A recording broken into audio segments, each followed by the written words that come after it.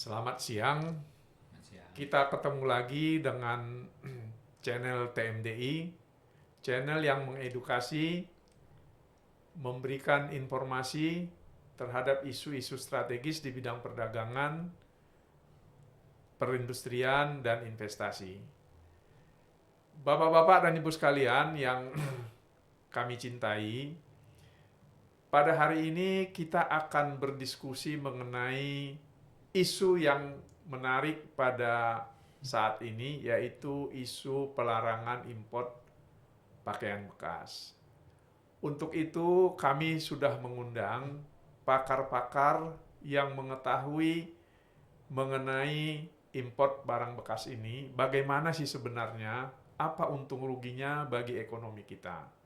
Pada saat ini kami mengundang Bapak Dr. Tri Marjoko, Rektor Universitas Unsada, yang banyak mengetahui ekonomi makro dari bidang pakaian bekas ini. Dan juga Bapak Yuli Tambunan, yang juga mengetahui sisi mikro dari perdagangan impor barang bekas ini. Selamat siang Pak Tri. Selamat siang Pak Selamat Pos, siang Pak selamat Yuli. siang Selamat siang, Pak para Pos. pendengar. Ya, jadi Bapak-bapak sekalian, kalau kita lihat bahwa banyak kritik masyarakat soal pelarangan impor ini, karena masyarakat sudah banyak bermanfaat dari impor barang bekas ini.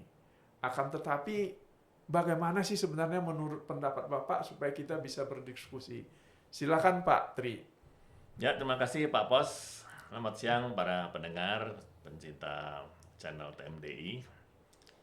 Kalau kita lihat dari sisi makro ya, dari sisi makro itu di mana kita melihat dari sisi pemerintah, positif dan negatifnya dari sisi pemerintah di kementerian-kementerian di bawah eh, kabinet dari sekarang ini. Dari segi penerimaan negara tentunya tidak masalah ya, tidak masalah besar lah. Ini terutama ini kan banyaknya disinyalir oleh Tempo ini perdagangan ilegal ya, penyelundupan. Dari sisi import, penerimaan import tentu ini sangat kita dukung kebijakan ini sehingga barang-barang ilegal ini bisa terbendung sedikit banyak terbendung ya dengan kebijaksanaan larangan impor pakaian bekas ini. Dari segi terutama dari segi industri ya, industri sangat mendukung sekali karena pakaian bekas impor tentunya menggerus pasar dalam negeri kita ya di bidang pakaian jadi maupun bahan bakunya ya. Dari segi buruh itu yang paling terpukul. Ada ratusan ribu buruh yang akan kehilangan atau mengalami pengurangan jam kerja ya dengan adanya industri pakaian bekas ini.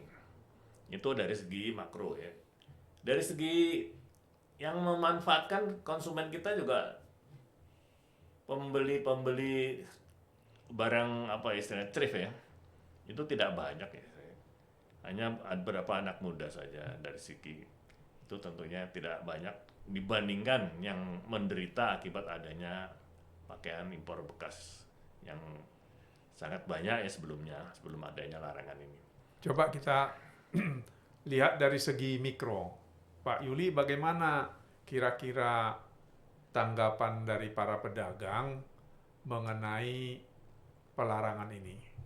Terima kasih Pak Pos, senang bersama bicara di sini dengan TMDI Info. Pada dasarnya mengenai pelarangan daripada barang-barang bekas yang diterapkan belakangan ini, pengusaha-pengusaha kaget. Kenapa baru sekarang dilarang? Pengusaha sudah tahu bahwa beberapa tahun lalu zaman buruh ini memang mereka dilarang, tapi sekarang apakah tanda petik ada terjadi pembiaran ataupun memang dibiarkan begitu? Nah, pengusaha mau makan. Sejak kejadian COVID, mereka susah nyari makan, susah kena PHK. Mereka cari makan di mana? Hanya sesuap nasi saja yang dicari diperjuangkan mereka. Sehingga apa yang ada peluang-peluang bisnis dilakukan. Sekarang ada peluang thrifting, barang-barang bekas. Dia beli dari tempatnya, yang saya dengar banyak di tempat-tempat yang tanda petik ada ilegal ataupun dia tidak tahu ilegal, dia beli dan dijual di Senen. Kenapa Senen itu dibiarkan begitu? Mereka tidak seperti pencuri dikejar-kejar polisi, dibiarkan saya terbuka. Mereka bisa seolah-olah legal, mereka dagang disewa tempat begitu mahal, investasi mahal, di uang dari mana perjuangkan demi untuk makan, bukan untuk kaya raya nih Kang.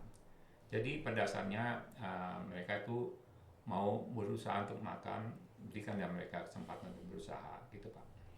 Baik, terima kasih Pak Yuli. Jadi Pak Yuli tadi sudah menjelaskan mengenai sisi pedagang yang mereka terhambat berdagang oleh karena pelarangan ini. Tadi kita bicara mengenai makro. Pak Tri, apakah ada peranan dari atau pengaruh dari pelarangan ini untuk investasi? Karena kita melihat bahwa investasi di bidang tekstil walaupun sudah menurun tapi masih terus berlanjut. Silakan Pak Tri. Ya, saya rasa dengan pelarangan ini tentunya sektor atau subsektor dari pakaian bekas yang menggerus industri tekstil kita itu sebagian akan hilang ya. Syukur-syukur kalau sangat pelarangan ini sangat efektif di pasar, tentunya pasar pakaian jadi kita, industri pakaian jadi kita akan kembali seperti sebelumnya, sehingga lebih besar. Dan tentunya ini pasar yang besar, satu dari populasi kita yang 275 juta, dan porsi untuk pakaian bekas itu hilang atau sebagian hilang, tentunya akan kembali pada porsi yang sangat besar. Dan ini pasti menarik untuk para investor di bidang ini ya, baik dari pakaian jadinya maupun bahan baku yang dari benang, kain, dan jahit, dan seterusnya. Sehingga bahkan sampai serat ya. Sehingga ini pasti akan lebih menarik karena demand yang cukup besar dari populasi kita. Baik, terima kasih Pak Tri. Jadi kalau kita lihat memang banyak aspek yang sangat berpengaruh oleh karena pelarangan ini. Terutama dari segi pedagang. Bagaimana Pak Yuli efeknya terhadap keluarga-keluarga dari pedagang ini, dan bahkan juga banyak golongan menengah bawah yang masih membutuhkan pakaian dengan harga murah, dan itu alternatifnya adalah pakaian bekas. Ya, terima kasih Pak Pos. Ini seperti hukum demand dan supply Pak ya. Mereka melihat ada permintaan pada barang-barang bekas ini tidak hanya di Jawa saja, bahkan di luar Jawa, di Kalimantan sampai ke Sulawesi, sampai ke mungkin Papua. Mereka barang-barang itu setiap minggu kalau Bapak lihat di Senen itu dikumpulin, langsung kirim melalui kurir-kurir mana, sangat ramai. Jadi bagaimana mereka bisa mendapatkan itu nafkah di situ? Disitulah mereka menyebar ke sampai di Kalimantan, di mana mereka terjadi demand dan supply. Jadi mereka menawarkan barang-barang bekas, itu mereka akan membeli. Kenapa mereka membeli itu? Karena harga terjangkau. Satu, kedua, barang-barangnya memang up to date menurut dia. Jadi barang-barang masih diikuti oleh zaman-zaman sekarang yang brand name dibilang, sehingga mereka sangat bangga dengan barang-barang brand name walaupun barang second, dan kelihatan terkesan nggak ada bedanya dengan barang-barang baru. Sebaik barang mereka bersihkan kembali sehingga dipakai lagi, dan mereka bisa dengan murah dia beli. Saya yakin itu barang-barang itu susah di harganya ya, susah dibandingkan dengan kalau kita beli produksi dalam negeri, memproduksi itu dan menjual dengan barang yang bekas, tentunya saya yakin nggak bisa dibandingkan, gitu Pak. Baik, terima kasih. Kita sudah mendengar diskusi dialog dengan pakar-pakar kita, Bapak Dr. Trimarjoko dan Bapak Juli Tambunan. Jadi memang bahwa kasus impor barang bekas ini sangat menarik dan pemerintah pun kewalahan karena sudah sempat lolos beberapa dekade ini dan sekarang mulai ditegakkan lagi peraturan untuk melarang barang impor barang bekas. Baik Bapak-Bapak, kita akan jumpa lagi pada sesi berikut dari TMDI Pak Pos, Channel. sebelumnya mungkin saya mau lihat dari sisi moral nih ya. Dari sisi moral tentunya kita sebagai negara yang besar dan sudah di golongan menengah ya. Itu kalau kita barang bekas itu tentunya kita agak malu juga, apalagi dari berita mass media itu barang pakaian bekas ini datang tidak saja dari negara maju tapi juga dari negara tetangga kita seperti Thailand, seperti Filipina, seperti Kamboja dan Laos gitu. Aduh, itu rasanya kurang bermartabat lah kita kalau membiarkan ini semua terjadi. Itu tambahan saya. Betul Pak Tri. Ya.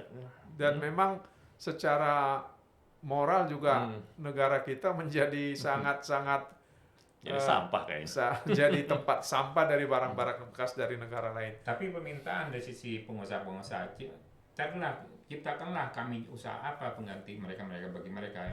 Oke, kami akan berubah usaha itu. Usaha kayak gimana itu perlu mereka cari jalan keluarnya, Pak. Baik, terima kasih. Jadi kita akan diskusikan lagi lebih lanjut pada sesi berikut. Tetapi pada dasarnya adalah bahwa masalah isu barang bekas ini, impor barang bekas ini menyangkut segala macam isu yang memang menyangkut hal-hal yang